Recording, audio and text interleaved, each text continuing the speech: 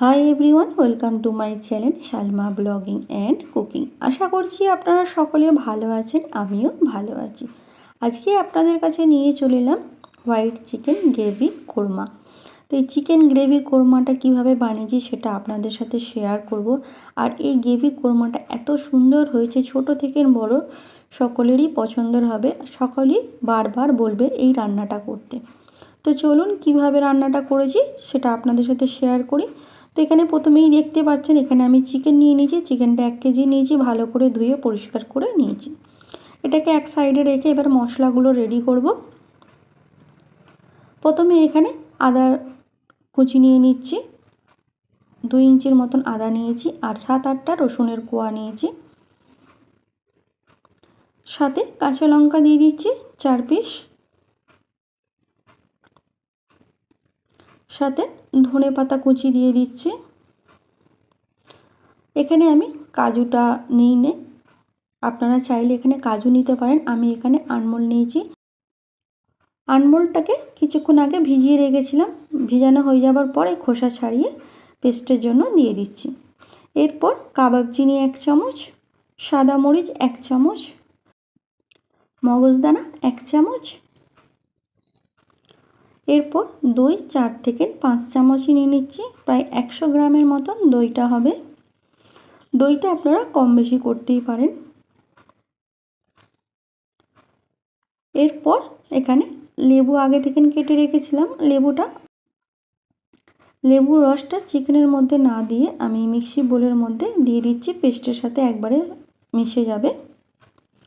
এরপর এখানে পেস্টটা বানিয়ে নিয়েছি, দেখুন।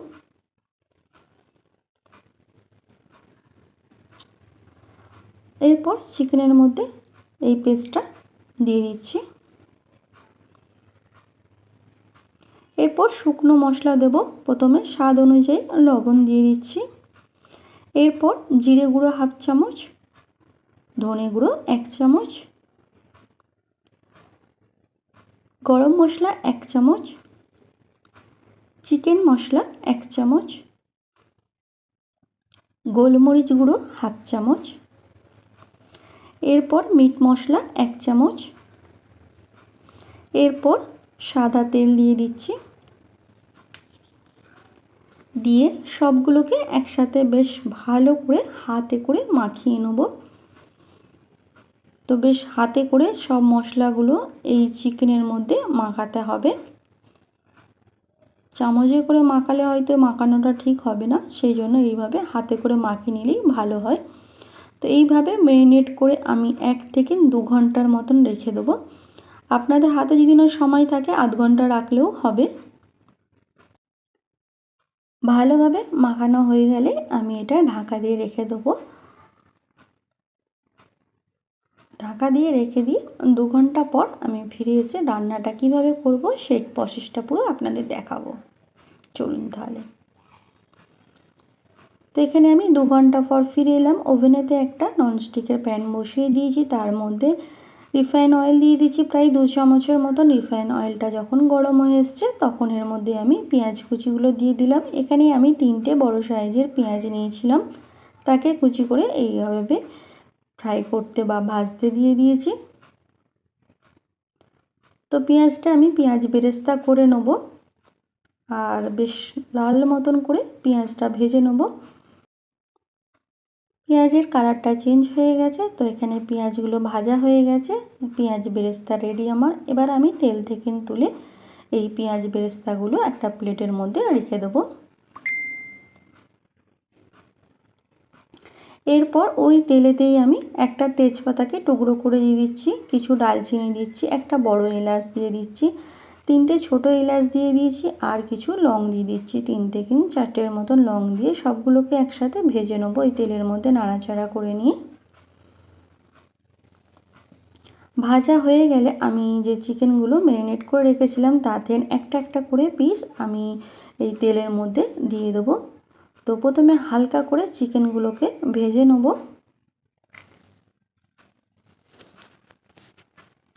আর এইভাবে হালকা করে ভেজে নিলে এই চিকেন গ্রেভি বা চিকেন কোরমা যাই বলুন না কেন খুব সুন্দর রান্না হয়, আর টেস্টটাও খুব সুন্দর লাগে খেতে। যেমন রেস্টুরেন্টে রান্না হয় সেই অনুযায়ী এই চিকেনের স্বাদটা হয়, খুবই সুন্দর খেতে হয়। তো আমি গ্রেভিটা মানে চিকেনের যে বাকি মশলাগুলো রেখে দেব, সেটা যখন দেব আবার তখন দেখাবো আপনাদের। তো এখানে দেখুন চিকেনটা একটা পিঠ যখন ভালো করে ভাজা হয়ে গেছে, আমি এইভাবে উল্টে নিয়েছি, নিয়ে উল্টো পিঠটাকে ভেজে নেব। আর এইভাবে ভেজে রান্না করলে, আবার বলছি আপনাদের, খুব সুন্দর টেস্ট হয়। আপনারা একবার এইভাবে চিকেনকে ভেজে রান্না করবেন।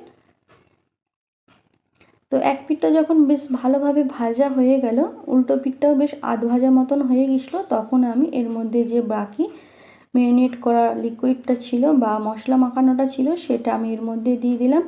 আর যে পেঁয়াজ বেরেস্তাটা করে রেখেছিলাম সেই পেঁয়াজ বেরেস্তাটা ওপর থেকে ছড়িয়ে দিয়ে আমি মিনিট 5 মতন ঢাকা দিয়ে রেখে দিয়েছিলাম। মিনিট 5 মতন রান্নাটা হয়ে আসবার পর আমি একটু চিকেনটাকে ভালো করে ওলট পালট করে নিচ্ছি, যাতে এই যে পেঁয়াজ বেরেস্তাটা করে রেখেছি সেটা চিকেনের মধ্যে বা এই মশলাগুলোর মধ্যে ভালো করে মিশে যায়। তো বেশি কষবো না, হালকা করেই কষে নেব।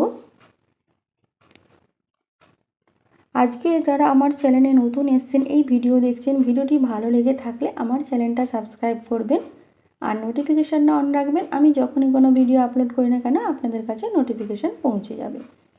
ছোট্ট একটা লাইক করবেন, কমেন্ট শেয়ার করতে ভুলবেন না, পারলে ফ্রেন্ড ফ্যামিলির মধ্যে শেয়ার করবেন। তো 5 মিনিট ফুটে আসার পর বা রান্নাটা 5 মিনিট হয়ে যাবার পর আমি এখানে ক্রিম দিয়ে দিয়েছি, আমুলের ফ্রেশ ক্রিম দিয়ে দিয়েছি। দিয়ে আবার একটু ভালো করে নাড়াচাড়া করে নিচ্ছি, যাতে এই ক্রিমটা দেওয়ার ফলে এই চিকেনের গ্রেভিটা খুব সুন্দর হবে এবং খেতেও খুব সুন্দর দারুণ লাগবে, একদম টেস্টি ইয়াম্মি লাগবে যদি এইভাবে রান্না করে। এরপর আমি কাঁচা লঙ্কা কিছু দিয়ে দিচ্ছি, এই কাঁচা লঙ্কাটা খেতেও খুব সুন্দর লাগবে, সেই জন্য আমি ওপর থেকে কাঁচা লঙ্কা দিয়ে দিলাম। দিয়ে 2 থেকে 3 মিনিটের মতন রান্না করতে দিয়েছিলাম। আর এই চিকেন রান্নাটা করতে বেশিক্ষণ সময় লাগে না, এই চিকেন গ্রেভি রান্নাটা খুবই তাড়াতাড়ি হয়ে যায়। তো এখানে রান্নাটা কমপ্লিট হয়ে গেছে আমার, আমি একটা প্লেটে সার্ভ করে তারপর আপনাদের দেখাচ্ছি রান্নাটা কত সুন্দর হয়েছে।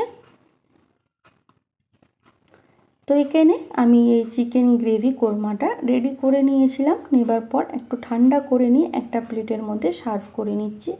তো কাছ থেকেও আপনাদের দেখিয়ে দিচ্ছি কত সুন্দর একদম হয়েছে, আর কালারটাও এত সুন্দর হয়েছে, গ্রেভিটাও এত সুন্দর টেস্ট হয়েছে।